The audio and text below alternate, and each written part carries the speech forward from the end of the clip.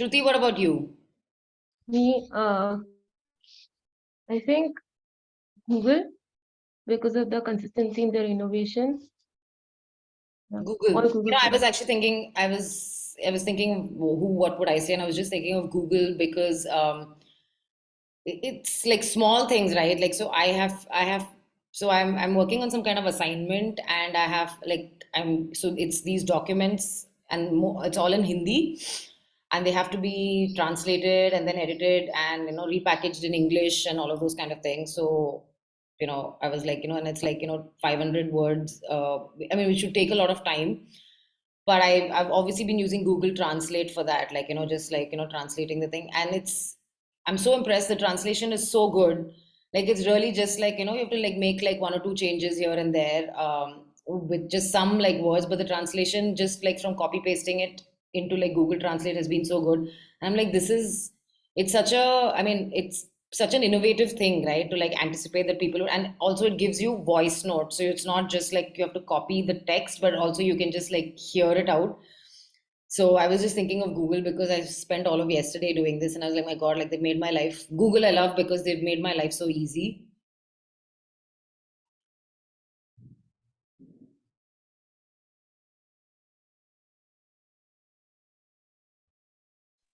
Like I think I recently liked the Puma brand because they are already a well-established brand and they are trying to integrate the sustainability factor into them. Like because Ah, they're well known and everything, they know that people will take that. If yeah. a small company does that, I'm not sure how well the people will do that, take it or in a good sense. But since Puma is doing it, people will be like, okay, like they're doing it and they're considering environmental conscious products and everything. Even their ad was good in that. Yeah. Okay, nice.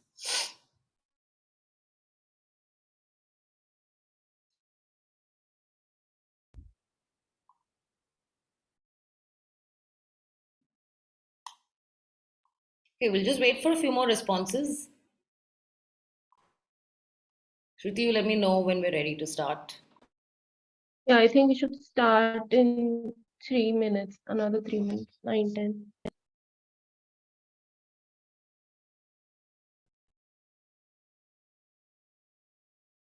Hi, Rituparna. So we're just doing this activity where we are sharing a brand we admire and why. So if you could just type it in the chat or unmute yourself, that would be good. We also haven't heard from Anusha yet. So Anusha, if you have something to share.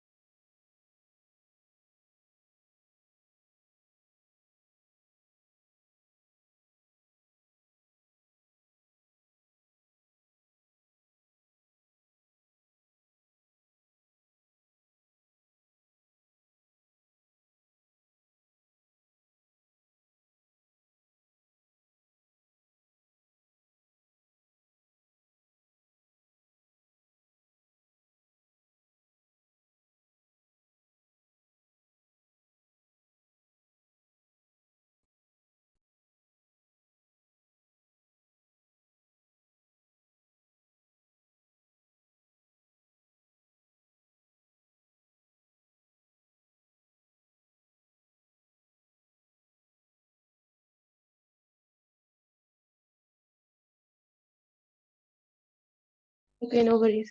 Yeah. Or Rituparna says Nike because it inspires athletes.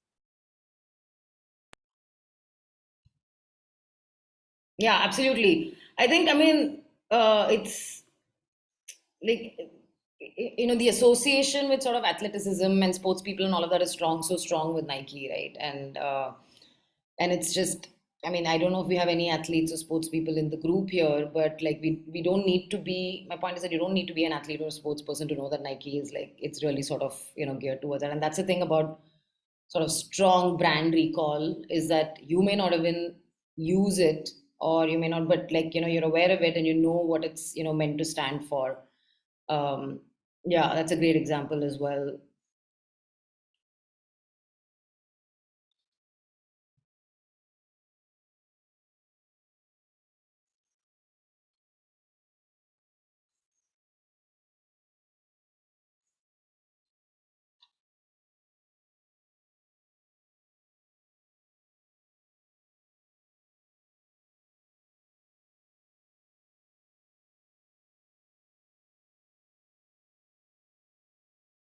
We also have Divya here. Divya is not part of the Climate Ready cohort. So, Divya, if you could introduce yourself to us, that would be great. And also for Dr. Meenu, we're doing this small exercise where we are sharing a brand that we admire and the reason why. So, if you could just type it on the chat or let us know by unmuting yourself, it would be good.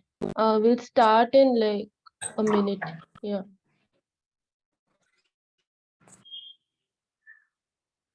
Hi, I'm Divya. I run a enterprise called Beru Environmental Services. We deal in ocean plastics and circular economy. The brand I admire is Patagonia, not only for its products and design, but because they really stick to their convictions and they're all about the planet. And they've aligned their entire business structure and even given part of their profits. The family itself has let go of the profits for climate work. So yeah, Patagonia Yeah, would yeah. the Yeah, great example. Again, a brand you admire because of the values. So, of course, there's the products, but also it goes so much deeper than that. It's also about the values that they stand for and how, and I think increasingly that is what we're seeing, right? Like brands that are not just about sort of selling something, but are really about a much more deeper sort of value system and purpose is our sort of brands of the future. And more people are seeing that. So, which is the interesting about building brands is I think people often think of it as a very superficial kind of thing that a brand is really just is it my logo? Is it my, is it the colors I use? How am I positioning myself? But actually, the whole conversation has kind of shifted and it's so much deeper about like, who you are, what you stand for, all of those kind of things. And Patagonia definitely is an example of that. Yeah.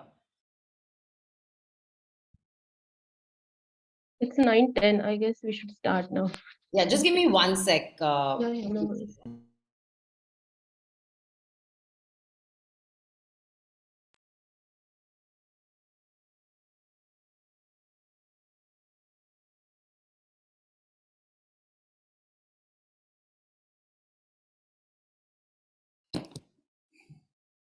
Okay, awesome. Thank you all for joining on a Saturday morning, bright and early. I think a bit of a slow start. It is everyone has had a hectic week, including me. Um, my tactic to kind of like appear at least that I'm all like bright is to wear like like nice lipstick and everything and like look presentable. But I really do appreciate the fact that everyone is here, so early on a Saturday or late. I think maybe some people have joined from the US as well. I think it's great because it really means that you really care about what you're building and what you want to do. So I really do appreciate that. Um, Today's session is, I just wanted to start off with an icebreaker about brands just to kind of get people into the mood of what we're going to talk about. Uh, because, like I said, I think the thing about building brands in today's world is not so much anymore. It was like that maybe about 15 years ago, where it was about your logo and what font size you're using, what are the colors, all of those kind of things. But it's so much more than that now, for multiple reasons. People have changed. The world we live in has changed. There's also like so many more. It's more competitive. All of those kind of things. So the crux of it really is that brand or building brand is really about telling very good and strong stories about yourself and your business. So that's really the focus of today's session. It's not so much of like tips and tricks to like how do you like write a social media post or like all of those kind of things, because I think there's enough information about that online. But the starting point for that is really to build strong storytelling for your startup. Either you have a business or you're planning to launch a business, or storytelling for yourself. You want to build your own brand, but all of that now is really how do you tell that story. um, so why me, right? I run a business called Unlock Impact. We are a social impact venture as well. But my background is that I studied media and communications a very long time ago. And I was a journalist and I studied. So So first part is really, I studied media and communications. I've done like certifications around like digital marketing and gender studies. So this doing this session for a group of women entrepreneurs really is like, for me, like the best. It's a sweet spot because I get to talk about comms and marketing and all of those kind of things, but also with the whole sort of gender angle, to a bunch of great women. And so that's my educational qualification. And I then subsequently worked as a journalist in multiple newspapers and magazines. Then I shifted gears and I headed communications and marketing for several organizations in the social impact space. I then founded my own venture, and under that, I actually run something called Comms Ninja, which is basically it's an initiative that connects trained communications professionals with growing organizations and startups.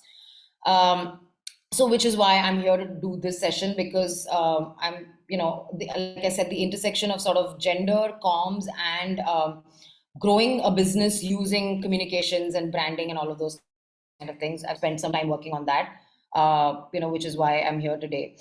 So speaking of storytelling, so, I was like, so there's one way to do this, right? So there's this slide here, which actually just has like a list of bullet points, which is what is my background.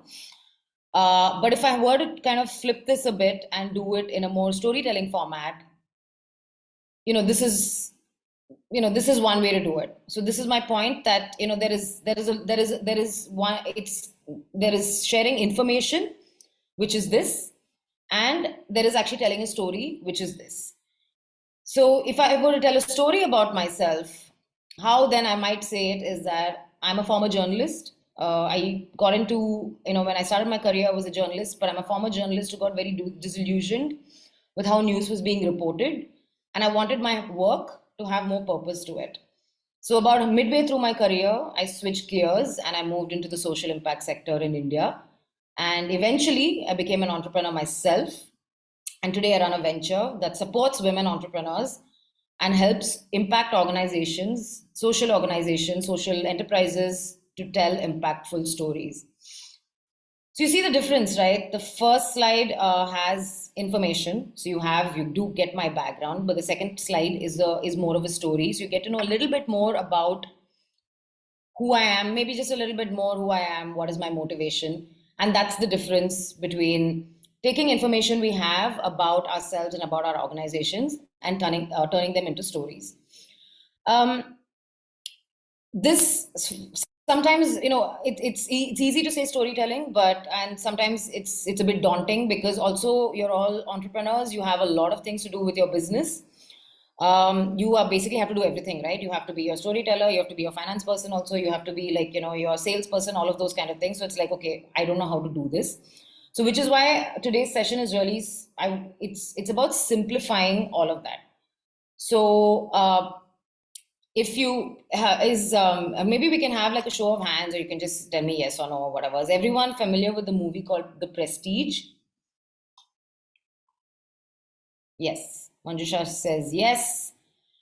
Yeah, so multiple people are, so if you remember, like the main, one of the things in the movie, what is the prestige, right? Like it's at the start of it, they talk about breaking down a magic trick. Because really a lot of things in life, okay, so there is someone who doesn't know the movie Prestige. It's a fantastic movie, by the way. You should watch it, by Christopher Nolan, which kind of explores the world of magicians.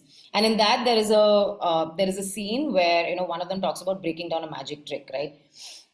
Which is there's the pledge. So if anyone has seen a magic trick, or like watched on TV or been to shows or whatever, the magician shows you something ordinary, something very ordinary, which is like a bird. It could be a pigeon, right? Just a regular pigeon. And then they turn that something into something ordinary, they turn it into something extraordinary. So therefore, if you've seen like a very typical sort of magic trick, the pigeon goes into like a black cloth. And then when you remove the black cloth, there's a bouquet of roses or something like that, or the pigeon has disappeared. So it turns into something extraordinary. But that's not the magic trick, right? The magic trick is complete when actually you come back, return that thing to its ordinary state. So if you see if someone makes something disappear, you're like, yeah, oh wow, that is pretty cool. But it is when they make the thing reappear or turn it back into the ordinary that you're like, okay, now that is a magic trick, and that makes the magic trick complete. So, magician turns the pigeon into a bouquet of roses, and then they put the black cloth back into it, and voila, it becomes a pigeon again, turning the extraordinary back into the original state. That is what makes the magic trick complete, right? Why am I talking about this? My point, it's because everything can actually be broken down into these kind of formats when it comes to telling stories. That is what makes a magic trick great, because it seems like magic, but there is actually a structure and a format and a very simple science behind it, which can actually be broken down like this, which is what storytelling also is. That it seems like, oh wow, like this is like an amazing movie or an amazing book or a show, like, what kind of minds have created, but there is a logic to it, and there is a simplicity to it. So that's what I want to talk about today, that all storytelling literally in the world. So let me actually say something. Most people have their videos off, which I understand. It is early in the morning, but this is an informal session. So if you do have questions, please keep putting them in chat, or if you want to share something, just because we're a small group, so you can just unmute and share. It's fine. So we'll keep this interactive. It's not a one way. I also do have some time planned at the end for discussion as well. So just wanted to just remind everyone of that. Like, we'll keep it easy and we'll keep it interactive. So please do, anytime you feel like sharing something, please do let me know. And Shruti, you can also let me know if I've missed something, while I'm chatting. So that's what storytelling is, right? It is literally all the stories in the world can be broken down into 7 types of plots. If you think about all the movies you've seen, all the web, and I'll go through that now. They can be simplified and they can be broken down. Why I'm talking about this is because as entrepreneurs, we don't get into, like, you don't start a business because you want to tell stories. You actually start a business because you are really passionate about something. And you want to solve a problem, or you want to change something. So often it's very difficult for us to then, wear like this hat also and be like, okay, I have to like also talk about my work. I have to tell stories about my work. I have to tell stories about my customers and my products and all of those kind of things. Yes, there are professionals for that. There are experts for that. But typically at the startup stage, a lot of this has to come from founders themselves. Once your organization is, of course, as big as, inshallah, I hope all of you will be as big as like the Apples and Patagonias of the world, then you will actually have like professionals who will do this for you. But at the starting stage, a lot of the storytelling actually needs to come from you. Because typically you'll have like very small teams, maybe just like 2 or 3 of you. So you actually have to drive this thing at the start. And by kind of establishing, and I think Divya spoke about this, where, if you're able to identify some of the values and things that you stand for at the start through these storytelling techniques, it'll actually help you in the long run. So that's why, storytelling is important, even if you're a startup founder, and it may not be your core area of expertise. It is important because at some point you will all need to be doing this to potential investors, to to your investors, to potential customers, to people you want to bring onto your team, to partners, stakeholders, all kinds of audiences. So just keep that in mind when we go through this. So what are the different types of plots or stories, right? This the first one that I want to talk about is called Overcoming the Monster. Literally if you think about it, it's, everyone is. I've used some references here. If they're not familiar, let me know. But is everyone familiar with Avengers or any superhero movie, really? Like, Avengers, Superman, Batman, all of these kind of things. All superhero movies. All superhero movies literally follow the same plot. So if you think of any superhero movie, first of all, there have been only superhero movies being made in the last few years. So if you've seen any of them, you'll actually think, if you think about it, like, the story is the same in all of them. There is a hero, and hero be the gender, right? Like, there is a hero, the hero faces a problem, the hero finds a solution, and all's well that ends well.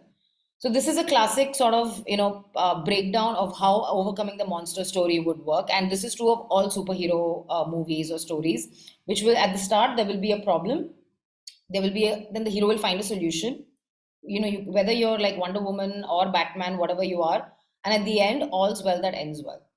So this is an example of overcoming the monster and how a typical sort of story around this would work, right?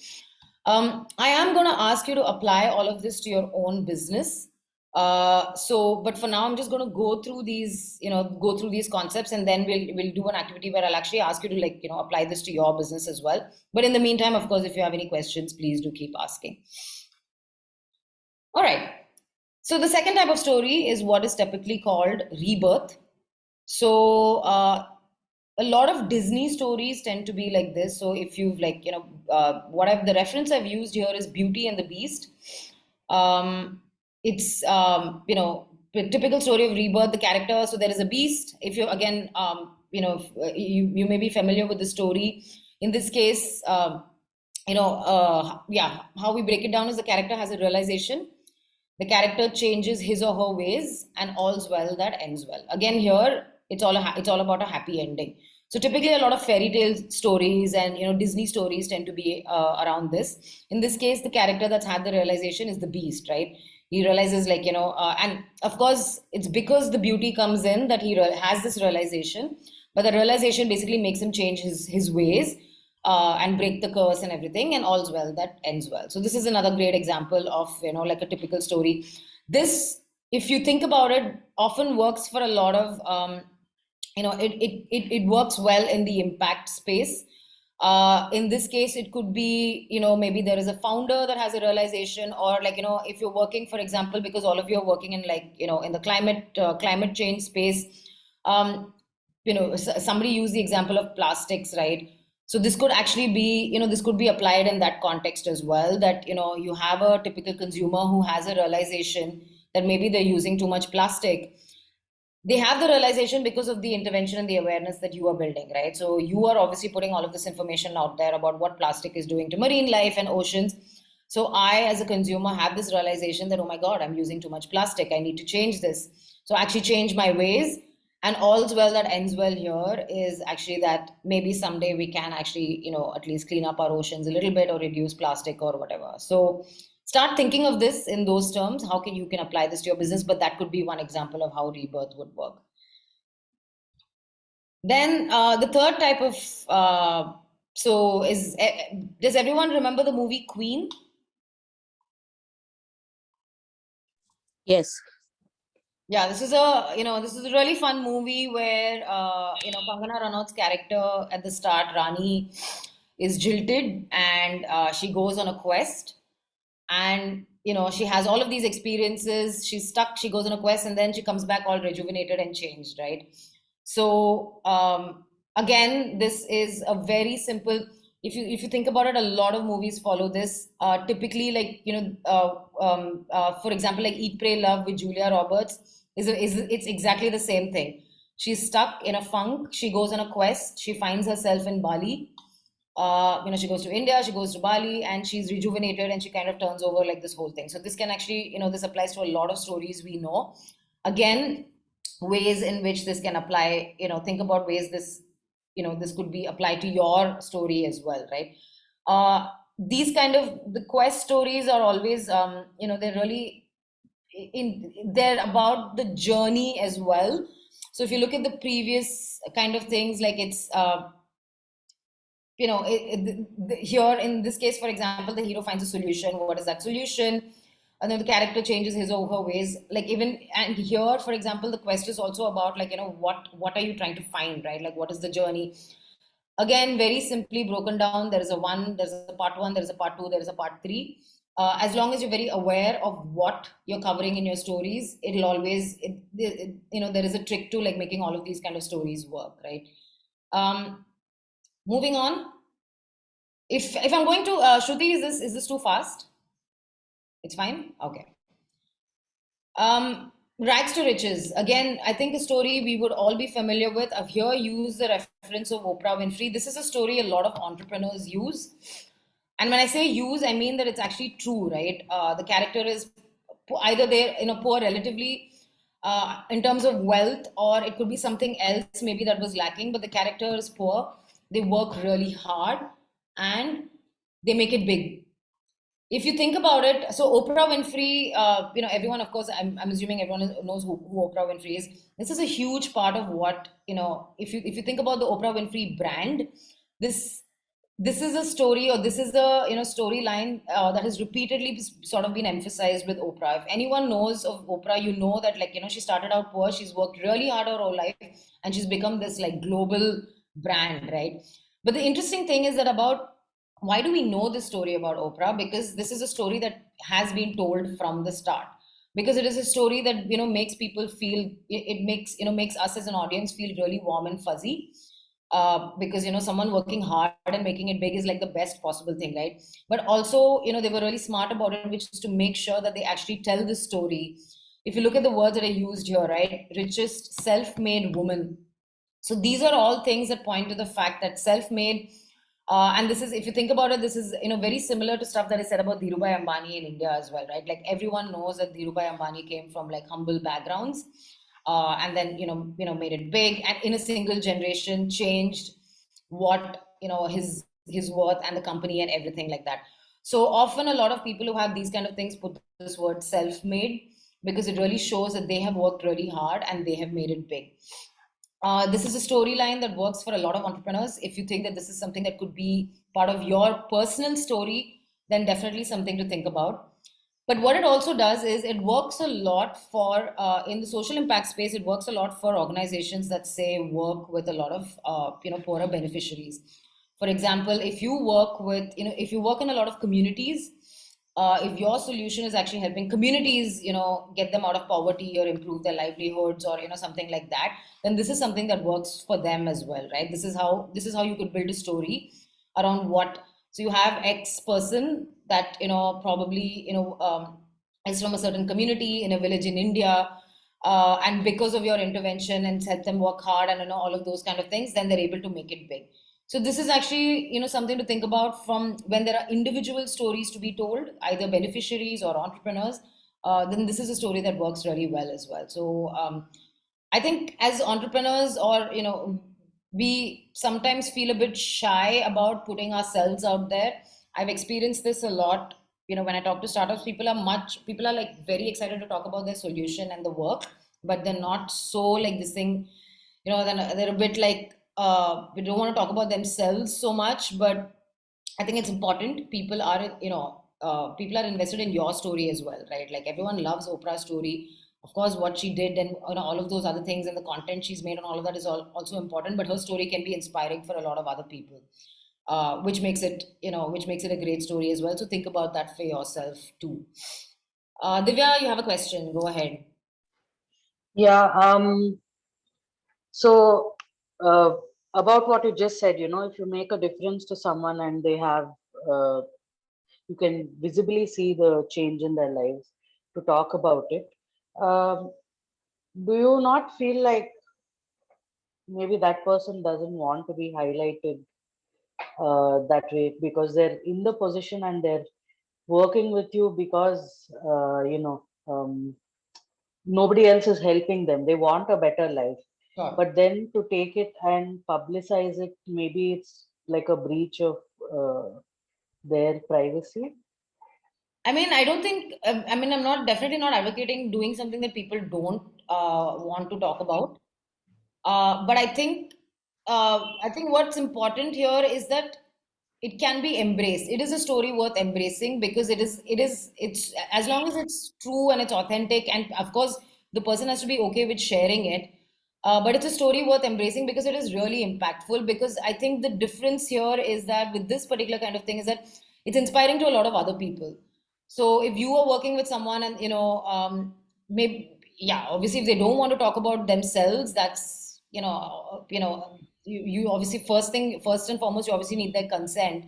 But I think what often works for people, the same person, for example, if you're like, if I have to put your story out there and it helps other people also realize, or inspires them, then that is the value in this. And I think that's why the stories of like the self-made entrepreneurs work really well for a lot of people, because most of us don't come from that kind of many of us, and a lot of women, for example, don't they're not like generational entrepreneurs, right? They're first time Right. entrepreneurs. Yeah. So when you see that, someone could come from this background and make it big, it just makes it more real, and like you're like, okay, I can also do this. So I think that is why these stories work more than, you don't want to cannibalize someone's, like, it's not about, like, this thing about their poverty, but it's actually about the fact that they made it big and that journey is possible. So I think that's how I would, Okay. think about it. Okay. Typically, we work very closely with the panchayat, and this is for everybody's benefit. If you'll ever work with local government bodies, we did initially talk about success stories of these women, and we immediately faced heat from the Zilla Panchayat and other panchayats because they started getting very irritated that they took it as a reflection of them not doing Not doing yeah, their jobs. So then what we later started doing is only during our pitches to funders, etc., sure, yeah. we brought out these stories. Yeah, so I think so. Yeah, and what you're actually talking about is a great example, because I think, like, there are multiple stakeholders here, right? So also depends on audience and all of those kind of things. But for example, Right. the women themselves, if you're trying to get more women to participate in what you do, then this might work. Like, this might work for them, but obviously it's not working for the Zilla Panchayat and all of them, right? But like maybe some other kind of thing works over there. Like for example, like with them, one approach you could possibly take is that they are part of the solution, right? So the panchayat is actually part of the solution, where you have worked and you have found a solution together, and all's well that ends well. I mean, I'm just sort of brainstorming over here, but you're absolutely right that I think it depends on audience and, the story that you tell the audience. I think this would work for the women themselves to motivate them. Okay, like if you want to reach out to the women, you're like, oh, if you're able to do this and you work really hard, this will actually make a, see this success story, this can be you as well. But clearly not for the panchayat, because they are actually feeling like, okay, you're pointing out all the mistakes they've made. Yeah. Thanks for sharing, Divya. Okay. I'm gonna we have, like as I said, we have 7 types, so I'll go through the rest as well. Um, Another popular kind of storytelling prototype, or this thing, is the journey and the return. So the character is introduced, character goes to a strange land, and the character returns as a new person. So this typically, like, so I mean, I've used the Airbnb reference here, but this obviously works a lot for certain types of companies, right? So or certain types of brands. Works really well for tourism brands. So, for example, if you're in the sustainable tourism space, then this could actually be something that works. This kind of storytelling could really work for you. If there's anything that involves you know, going to, like, unknown places, having experiences there, anything like that, then the story would work really well. Typically, like I said, it works. So Airbnb uses this a lot. So if you see Airbnb, some of their campaigns and ads and all of those kind of things, there's someone, the person goes to a strange land, which is, of course, on their travels, and then they come back. That experience sort of changes them, and they come back, return as a new person. So this is also a great example of a story you could use. There is, of course, some overlap between this and this, right? Here, I mean, and there is, of course, overlap, and also I think, you different stories work for different. So you might even use multiple kinds of stories for your organization, and that's fine, as long as there is clarity on what it's about. So there is a bit of overlap between this one and the other one, but here, for example, it's about the quest. So that's why it's the quest. So it's about the journey. So what happens on the journey, and here it's about the return. So the person comes back, like this new person, right? So that's one of the differences, for example, between these two kind of stories. So here the emphasis would be on Act 3. If you went back to the prestige thing, it would go back. It's here the emphasis is on Act 3, whereas here the emphasis is on Act 2. Just something to point out. And finally, the last two, right, which are, I have to say, a little harder to do. They're very impactful, but also harder to do. Comedy, I think, comedy is one of the hardest things to do. If anyone's been following Cred for the last, there's Cred, there's Amul. These are all brands that do comedy really well. And it's set up, and then, there's a punchline.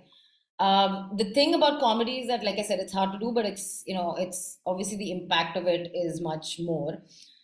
Comedy, I think, really works. If it may not work so much, I think it's difficult to be comical about climate change. It's a bit difficult. So comedy generally works when the audience, in your context, I think if it's a younger audience, it can work. So for example, if you're building some kind of app which is targeting like a younger audience, then maybe, that's possibly some place that it could work. And, the use of a lot of gifs and memes and like, being really funny about like, following trends and all of those kind of things, I think that could really work. Usually if your audience is young. Having said that, Amul, of course, is one that has broken the mold in that, where it's actually like, it's not about youth or anything like that. And like they've done it so well over decades. I mean, they had like that first mover advantage where it's really like, the hoardings and the ads that they put out is really just about just being funny. And of course, but I think that's a much harder thing to do, because it's like, and of course they had the advantage of being like this already very well established brand. Divya, you're right. From a local vernacular context, this is totally doable. Like I live in Goa, and there's this Instagram account I follow that's called the Goan Pau. It is literally just every day, it is just a meme about all things Goa, the food, the life, all of the, and I can't explain why, but I find it hilarious. I find it really, really funny because it is so local. And you're right, it is so local, it is so vernacular. So it is just things that, it's really silly things about like the food here, or like, the traffic jam over here or whatever. But, it's totally relatable. And this guy has actually managed to build, just from an Instagram account, he has managed to build like this, following, and, he's managed to monetize it just from posting like a meme every single day, right? That's my point. Simplicity. He doesn't do anything else. He just posts memes. And I think, green humor, great example of someone who has actually taken. So since you're all in this space, please do follow Green Humor, because I think they've done a great job of taking some of the biggest sort of issues that are facing wildlife and marine life and climate and all of those kind of things, and actually made it funny, but made it so like easy to digest, right? Because he does it in a comic format.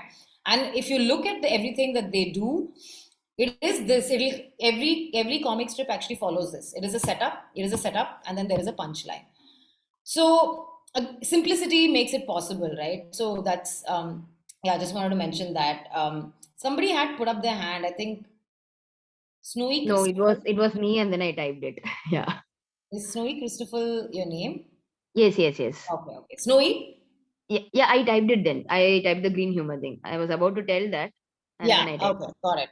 Yeah, green humor, great example. For all of you in this space, I think green humor is a great example of that. And like I said, the format is still the same.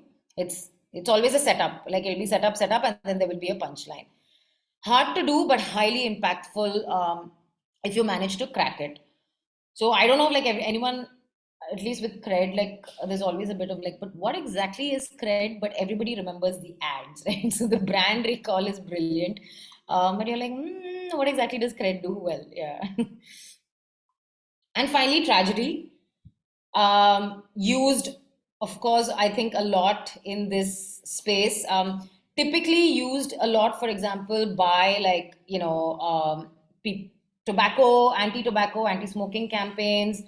There would be things around like, because some things it is, it's about like, so if you see the breakup here, for example, there is a setup, there is a disaster that happens, and then there is a learning. So if you've seen any public service ads around, anti-tobacco, anti-smoking, this is a format it follows, right? There is a setup, and then they actually show you like horrific, sort of images of people who have got cancer, who suffered from it, and all of that, and what is the learning at the end of it. Very effective, very hard hitting, and also probably the only story that applies in certain contexts, right? Because there is no taking away. Some things like, like tobacco and, all of these kind of things is really no taking away from the fact that it is really, really, there is a disaster in the making. again, given the context of this group and the fact that so many people work in climate action, this is possibly something many of you will be using, because the tragedy is, the fact is that we are heading for a climate change disaster. So for some people or some kind of situations, there may actually be no other way to do this.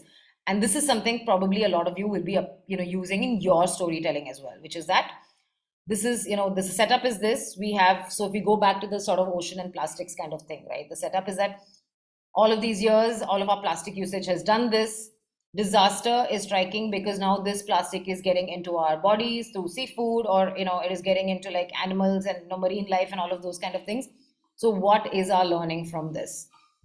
Our learning is that, do we need to reduce plastic? So we need to, whatever, like all of, so that's one way to sort of think about tragedy in this space.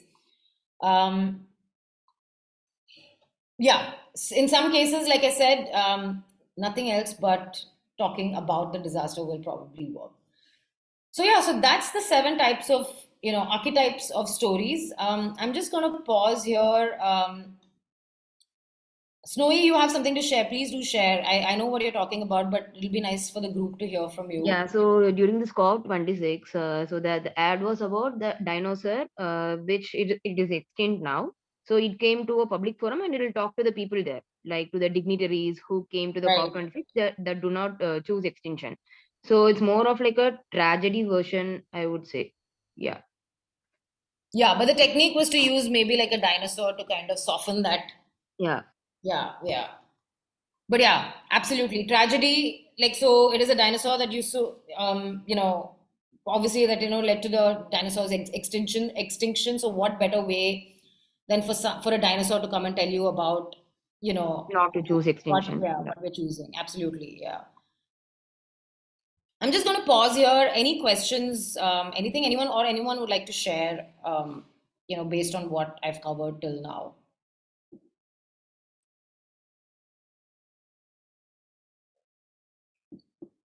Is this making sense? Yes. It was really good. Because I'm glad to hear you say that. Because I honestly really believe simplicity is key. So, and I keep saying this, especially given the fact that when um, I'm presuming most of you are, sort of, at a startup stage.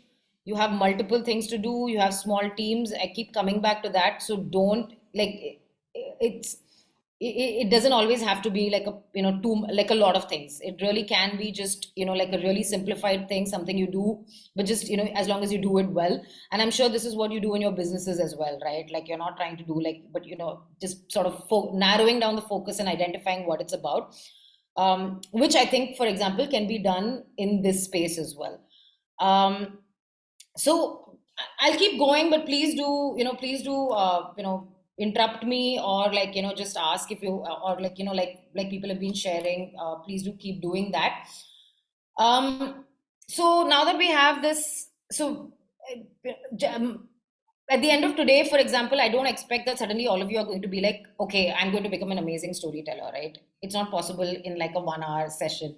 However, what I want to leave you with is that this is the starting point. This is how you can go about it, which is that based on these archetypes that I talked about and these themes that I talk about, start sort of, applying it to your business and thinking about like, okay, this is how, if you feel like your brand has, you need to build your brand more, or what you've been doing is not working, or how can you make it better, how can you be more focused, this is one very effective way to do it. And I can definitely say, and if you think about all the stories you've, like, since we were children, whether it was grandparents telling stories, or whether it was books you were reading, or now whether it's you're watching web series, all of them are following exactly this format. So it's doable, and it's doable if you do it like this. So I just want to leave you with that start thinking about your organization as well and your brand as well in terms of like these kind of stories.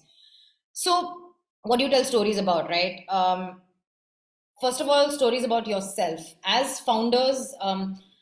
If I was doing this presentation for like a large corporate, I might not say this. But as founders of startups, it is really important. You do need to be telling stories about yourself, because at least at the initial stage, you are the brand. Yes, you will come to a point where you get separated from the brand, but at the initial stage, the brand comes from you. You will influence a lot of, it will be your values, your, what is the problem you are trying to solve, what are the things you want to do, the culture you want to build, that will really influence how the brand builds at this stage. Not always, but at this stage it will really matter.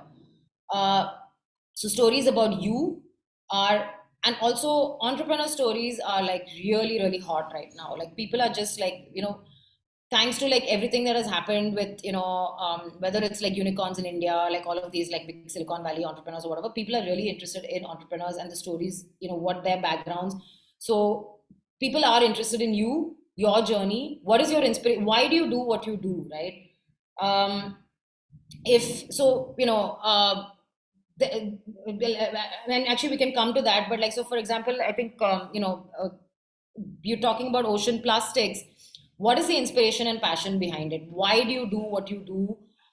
Who are the kind of people, and therefore that's why, you like Patagonia as a brand. All of these kind of things matter, because at this stage you want to bring more people onto your cause, whether they are investors, whether they are team members that you need to hire, or whether they are just partners that you need to work with. You are the driving force behind your startup right now. So people are really interested in why do you do what you do, right? What is your inspiration? What is your passion? The second thing, obviously, is your customers. There again, so now, stories about your customers. I think there's two things. One is marketing to customers, telling them why why they need your solution, but also really just sort of understanding what drives them as well, right? So talking about your customers. So you were talking about like success stories of beneficiaries, or like the community of women that you work with. Your so it those stories need to have all these elements, right? What is the need that they have? How are you building a connection? Why your empathy, how is it helping them, and how does your solution actually help them? It is, again, all of these are very early stage kind of things, because also we work with limited resources, right? You don't have huge marketing budgets to hire a fancy agency that is going to do all of this for you. A lot of this has to be built kind of organically with your team on the ground, all of those kind of things. So having your ears sort of close to your customers in terms of some of these things really helps. Stories worth telling, talking about your customers, success stories of beneficiaries, how your solution is helping your customer, how you have managed to like, get involved in this community. How is your, what kind of empathy are you showing them? People are really interested in the stories. As long as, of course, you do it in an authentic way, where you're not making use of someone else's misery for your advantage, but you're actually trying to help them, right? Because people can see through that. People, it's always obvious, when someone is doing it. We all have those people we follow on social media, and you're like, like this person's like reel or whatever is like, it's quite annoying because like it's so fake, or things like that. So people are very aware of what is authentic and what is fake. So as long as you're clear about that, like these are also stories really worth telling that people are interested in.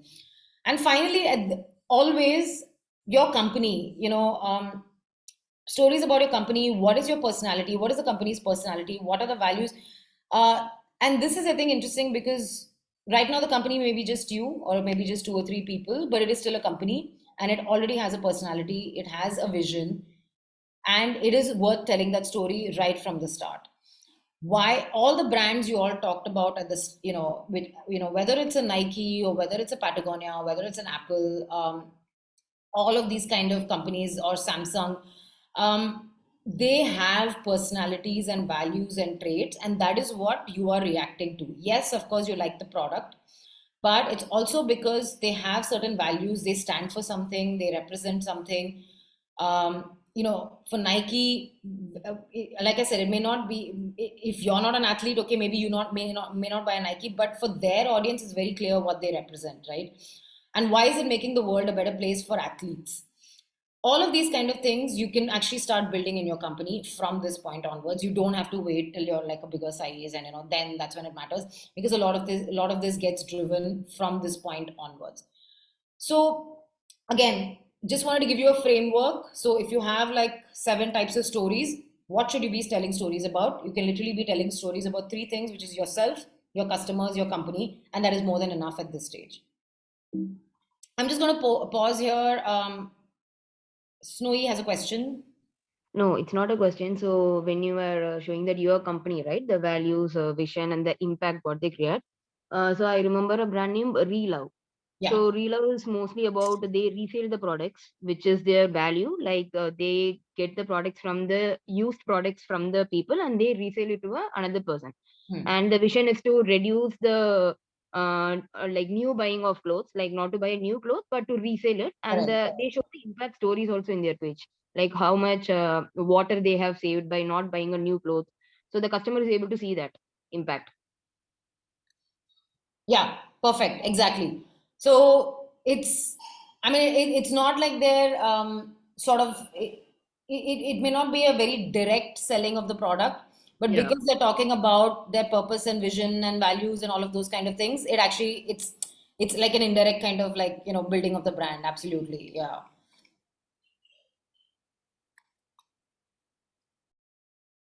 Okay, so Meenu has a question here, which I think let's actually open this up for I had a little exercise that I wanted everyone to do. So, Meenu, I made a note of your question.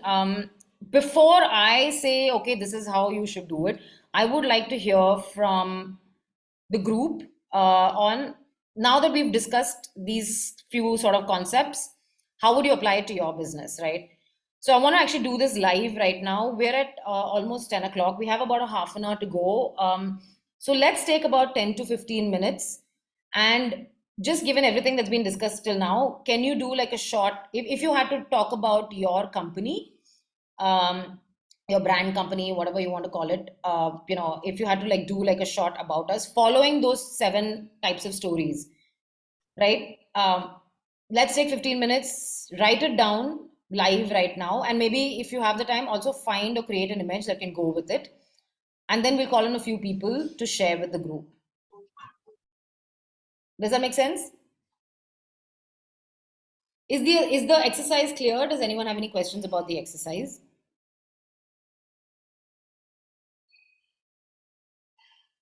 Sorry, can you just go over it again? So we discussed 7. So let me just quickly go over the 7 stories again. So we have 7 types of stories: overcoming the monster, rebirth, quest, rags to riches, journey and return, comedy, tragedy. Based on this, just keeping one of these themes in mind, can you write a short like about us, like about your brand or your organization, just a short write up, keeping one of those themes in mind, one of those archetypes in mind, and then Okay. and also find maybe an image to go with it, and then we'll just share with the group. I just want to use this to have a discussion around how you can apply it to your, how would you apply one of these themes to your Okay. business. Okay. Got it. Thank you. So it's almost 10. I think I'll do a check at 10 minutes. So let's take 10 minutes first. If we need more time, we can take more time.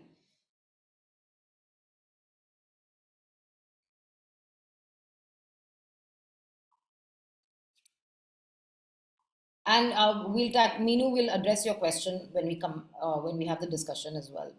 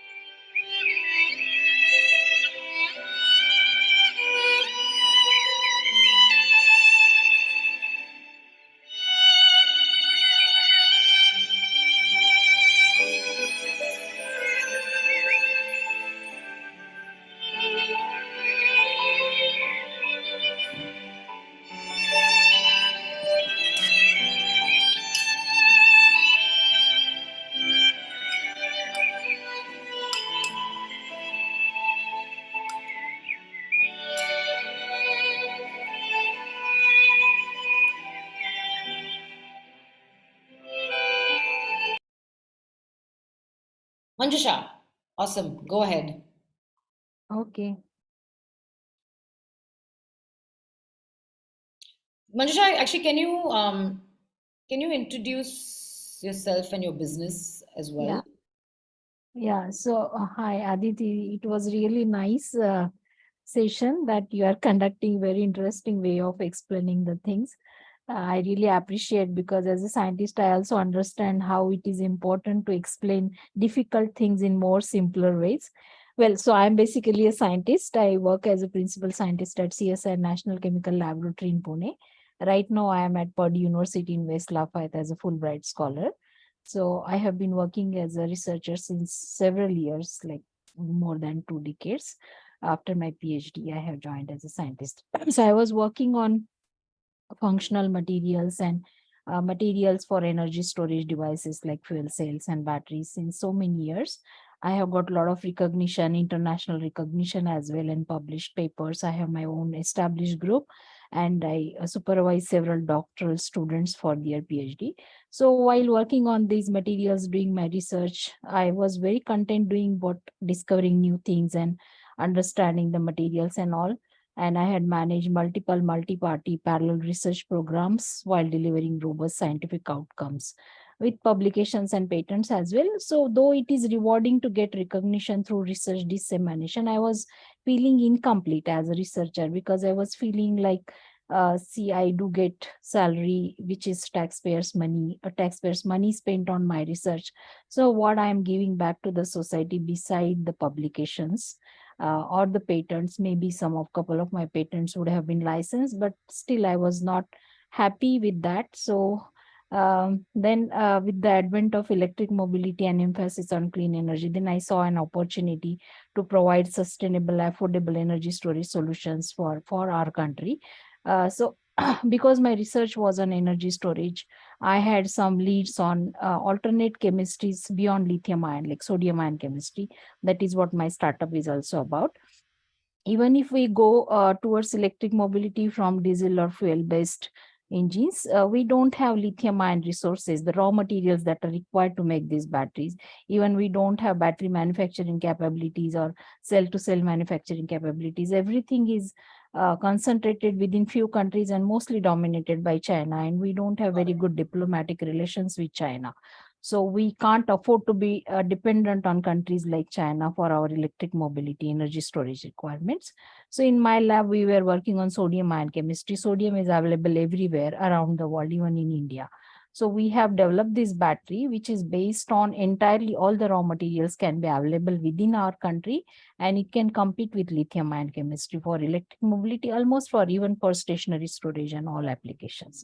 So my parent organization, which is CSI, it has this scientist entrepreneurship scheme, which encourages its faculty to incorporate the spin-off. And we have venture center in Pune, which is like an NCL's offshoot. So they do have several years of experience in hand holding the startups. And so that is how my transition from a scientist to entrepreneur has happened.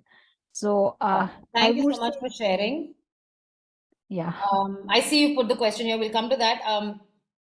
Would anyone in the group like to respond to what Manjusha has shared?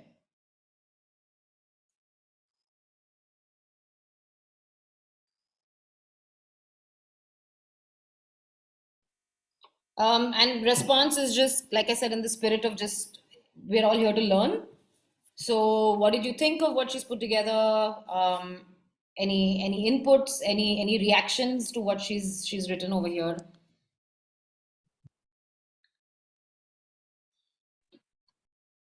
Hello. Yeah. I think the transition was really good from the scientist to entrepreneur. She just nailed it. And the other thing is, she made the demand for the product. Why we have to go for the sodium based batteries instead of going for lithium ion batteries? She has also demanded that. And I think it was really good. Yeah, bingo. Two things came out very strongly. The transition from scientist to entrepreneur was like it immediately got everyone's attention. So I think you got that really. And great point from Bharti, which is that therefore, what did that lead you to do, which is to create this demand for this product? I completely agree about the transition. That also got my attention. Um, because it's such an interesting, like, there's a lot of potential for, for you to, like, unpack some stories over there. Yeah. Thank Super. you. Thanks, Bharti. Manjusha, anything you'd like to? So to your question, I think I would put it more as rebirth, because it is. What stood out for me was that you said that as a researcher, you felt like, okay, maybe something can get patented or whatever, but what really pushed you to be an entrepreneur is that you could actually take those solutions and make even more. That is super powerful. And like, you didn't have to. I love these kind of exercises sometimes, because literally, like, I give you 10 minutes and you were able to come up with something that connected with everyone. So imagine if you had spent more time on this and just, focused a little bit more on this, how much more would happen, right? But I think sometimes that pressure of time also makes us speak more, so I think there is that journey, and the rebirth. So it's the thing of, you had a realization, you changed sort of, what you were doing, and all's well that ends well, right? So I would sort of put it, and I think it's a very powerful angle that you can use a lot, even when you're talking to, like, as you're building the business, for example, you may need to, like, talk to potential investors, or, like, partnerships and all of that.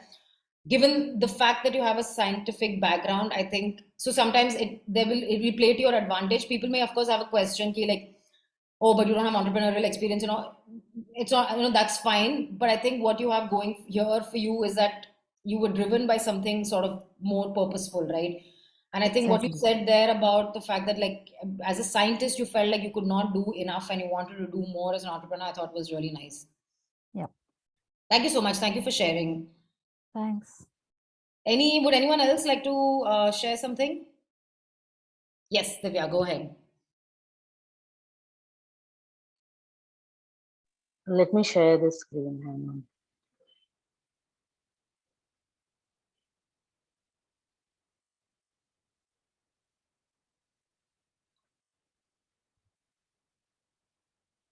Is everyone able to see? Yes. So I think mine would be a mix of overcoming the monster and comedy. So we already do this thing called Culture for Climate, where we use local yakshagana, folk and arts to relate plastic menace to society, and we've created a character called Plastic Asura. The problem here is how plastics is horrible for not only marine life but for coastal communities as well, because their livelihoods depend on it, and the funding of, like, the money that comes to municipalities also depends on it. So here we have a character called Plastic Asura who's making everybody's life miserable, and then we take these plays to schools and colleges and we talk about Plastic Asura and beating him through source segregation, and we do it in a very comical manner where we have a wet waste character, dry waste character, sanitary waste character, and they're all struggling amongst themselves, and then Manava comes, that is the human who finally realizes what's happening. And we typically use the scripts from Yakshagana to do this. And finally, Manava realizes Plastic Asura is not his friend, it's his foe, and he starts segregating and he stops using single use plastics. And then we give the message to the youngsters that go home and, rope in your parents to beat Plastic Asura. Okay, So, super. yeah. Thank you. Again, same thing. Would anyone else in the group like to react to what Divya just shared? Like, it's very interesting to see that she's using an art form to convey a message. Yeah. Yeah, because when something is conveyed through art, it easily get connected with the people as well. So the technique is, yeah, I think very effective. Yeah. Thank you. And probably, like, people who work with a lot of communities would, like, if you work with more grassroots kind of communities, you would need to use techniques like this. Yeah. Anyone else?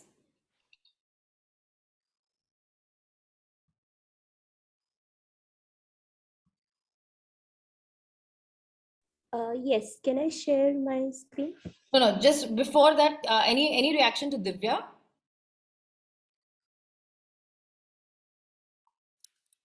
Okay. So, Meenu, we'll come back. We'll come to you after this. So, Divya, I think yes, I think Snowy said, great.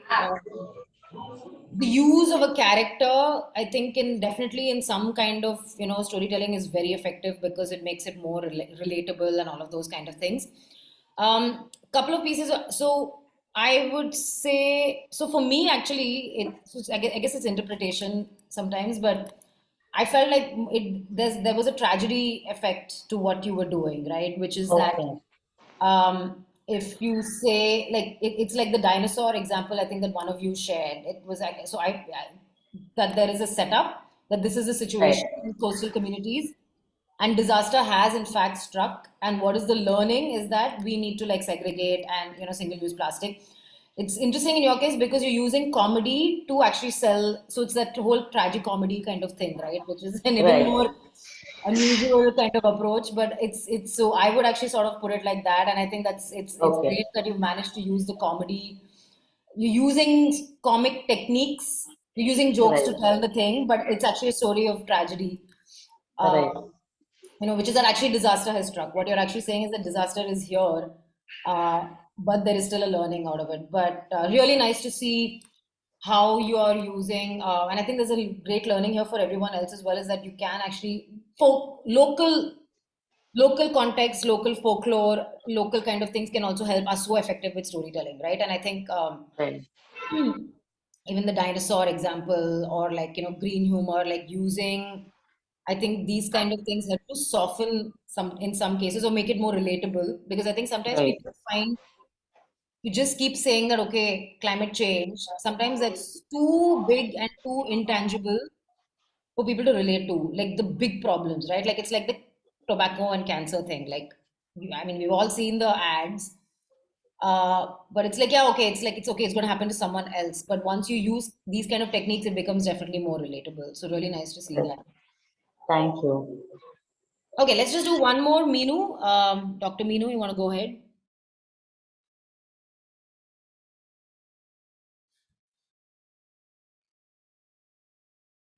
Yes, I'll share my screen. Yeah.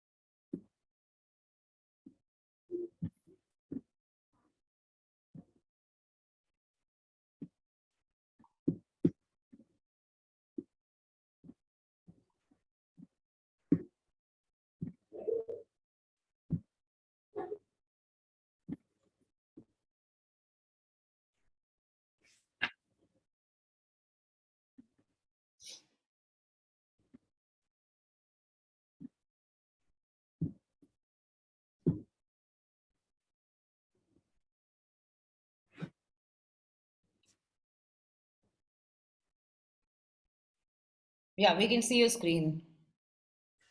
Yeah. So in the 100 words write-up, I'm writing that how steadily the civilization of today is getting killed kind of by the climate change. We are breathing toxic gases, which is very apparent in big metros like Delhi. Newer diseases are evolving because of this climate change. COVID is the recent example. And because it's a B2B, so we are talking to a business which is releasing several megatons of greenhouse gases in the air. So we are telling them that our team at CCU Solutions has developed a method that lower your carbon footprint. And if you adopt it, you can join hands in green economy, and it makes you a partner in saving humanity. Then we are talking about ourselves, that we are a team of motivated scientists who are committed to a cleaner environment. And through several years of meticulous research, we have developed a carbon capture solution that will lower emissions significantly. So this is just a picture that I've taken from the internet. We still need to work out on our own logo and design. So that is it. Okay. What is the solution? Solution is carbon capture using algae. Using? Algae. Ah, okay, okay. Okay. Interesting. Okay. Any reactions or responses to what Meenu has just shared? Okay, her storyline is more of like the first plot you showed, the superhero, where we are facing a problem and we are here to save you using the carbon capture solutions. Yeah. Yeah, the Great first example. thing Yeah. is killing the monster or facing the monster. Yeah, absolutely. I also feel like she's giving a chance for like the audience to be the hero in this case, Hmm. because she's talking about, you can be part of the green economy and partner in saving humanity, right? So it's not just them that's the hero in this story. Yeah, that's a great point. So I think both of you, yes, it's like, I mean, either like in the first sort of interpretation, it's like overcoming the monster. So your team, so CCU Solutions, you are the heroes because you're facing a problem, you're finding a solution, and then you're trying to solve it. But again, actually, a great way to get more people involved in your cause is to actually be like, okay, there is a problem. You, the audience, can be the hero, and we can all solve this together. So I think that's a great, great way to um, multiple stakeholders, right? Either this is again whether whether you're talking to potential customers or even if like for example, I think that this could work quite well with an impact investor where you are actually saying overcoming the monster, but they are they can be part of the solution, right? So they can actually, the impact investor could actually, if you're looking for investments, they could actually be one of the heroes that helps to save, that helps to make everything okay and save the world and all of those kind of things. So great. And I think something like this lends itself to really good imagery. So you could, if you followed through with that whole sort of superhero concept, you could actually develop like great imagery around it as well. Uh, and I think as Divya said, I think what is quite powerful here, I think, is to make the person you're talking to the hero. So I yeah. thank Divya for bringing out this point, and I also thank you for bringing out this point that we can certainly sell it by letting people know that adopting this will actually make them heroes and fight the monster. Correct, correct. Yeah. Okay, awesome. We're almost at time, so I'm going to just sort of wrap up. Like I said, I think, see, this is just a starting point. It's not the idea, as I mentioned at the start, was to sort of break down some of these ideas and to give you like a framework and a starting point to go out and develop stories of your own. We obviously, these sessions are like they're useful, but like all the answers are never come from this. But like I said, one is that just sometimes just hearing from other people and also thinking of just maybe changing some perspective helps. So hopefully this will help you with that as well. But I did want to leave you with a couple of just I mean, fairly obvious tips or that kind of thing, but I think it's still nevertheless worth sharing. So I think a lot of times the challenge with entrepreneurs or with like people like especially at the startup stage of the business is how do you actually go about it, right? Because execution does become a challenge because you have limited time and resources. But again, just keep at it, of course. But I think like everything else, when it comes to your brand building and your storytelling and how you want to build out your comms and all of that, like everything else you do in the business, identify what you want, set a goal. What is the goal? Is the goal to be, is the goal to build your personal brand? Is the goal to build the brand so that you can, get more customers? Or is the goal to, you want, maybe like you're planning to fundraise in 6 months' time? One goal, just set a goal and work back from that. So again, simplicity is key. What is the goal? What do you actually want to get out of this brand building that you're doing? And work back from that, because that will actually influence what you spend time on, right? For example, if the idea is to grow grow grow a following online because you want to get more people onto an app, then your approach will be different. Then you'll probably spend a lot of like you'll be focused more on sort of digital storytelling. Whereas if it is about awareness in communities, then you'll be doing something else. So just something to think about. So set a goal and work back from that. um a lot of times we sort of set out on something, again, like anything else, do an audit. before you start something, or if your plan is to, so now that you're like, okay, I need to do some thought leadership, I need to build awareness around this particular aspect of climate change, so I'm going to launch a blog and I'm going to get people to like contribute to this blog. Absolutely. But maybe before that, do an audit and just be clear about what is the style you're going for. What is your online presence say about you? When I say you, I mean you or your organization. Just do a social audit, and it can even just be like asking like 5 people, what do you think of our brand? What do you think our brand represents? Things like that. So just do a social audit. I call this like playing your card. Like, I think so there's two types of thing. I think for a lot of women, playing the woman card, we don't like to play the woman card because we're like, we don't want to be sort of treated differently or separately. But I'm like, in some cases, if playing the card, like sometimes if that is a thing that sets you apart or makes your story more authentic or real or interesting, it's fine. Like, it is who you are, embrace it. So, and why I'm saying this is that this is anyway often a minority group. Women in the workforce, or women entrepreneurs working in climate, you are in a smaller sort of group of people. So if that is something that sets you apart and it helps you sort of maybe gain access a little bit more, or just makes your story more authentic or real, then why not talk about it. There is a lot of like noise around what entrepreneurs are supposed to be like, but I'm like, and typically a lot of that mold is based out of what has come out of Silicon Valley. So everyone thinks, people think that if you're an entrepreneur, you have to be like Steve Jobs or like, I'm Jeff Bezos, but I don't, it's not, if there is something that makes you different, embrace it. Just, as long as, it's something that's you and that's authentic about you. Like anything else in the business, find time and make it a routine. This is critical. I think this is where a lot of us face challenges because we get caught up in all the other aspects of running a business and life and family and all of those kind of things. So it is difficult, but like anything else, for this to work, it has to just make it a routine every day. And it can be something totally simple. So it could be this, that every day you go post something on LinkedIn, or you're like, okay, I'm going to like, spend some time talking to customers. Once a week, I'll speak to a customer to understand what my customers are looking for. All of just be consistent about it, and it will pay out in the long run. And finally, I think very important to know what works for yourself and for your audience. And so we've discussed all these story types. So you're like, okay, right now you're like, okay, tragic comedy works for myself and my audience because this is what I want to go for. You're very clear about that because you're like, okay, I have to like speak to like communities, and I need something like folksy that they understand. That's fine. So you're very clear about that. However, if that changes, it's fine. You can also change what stories you're working on. That is also okay, as long as you're just clear about what it is and you know what works.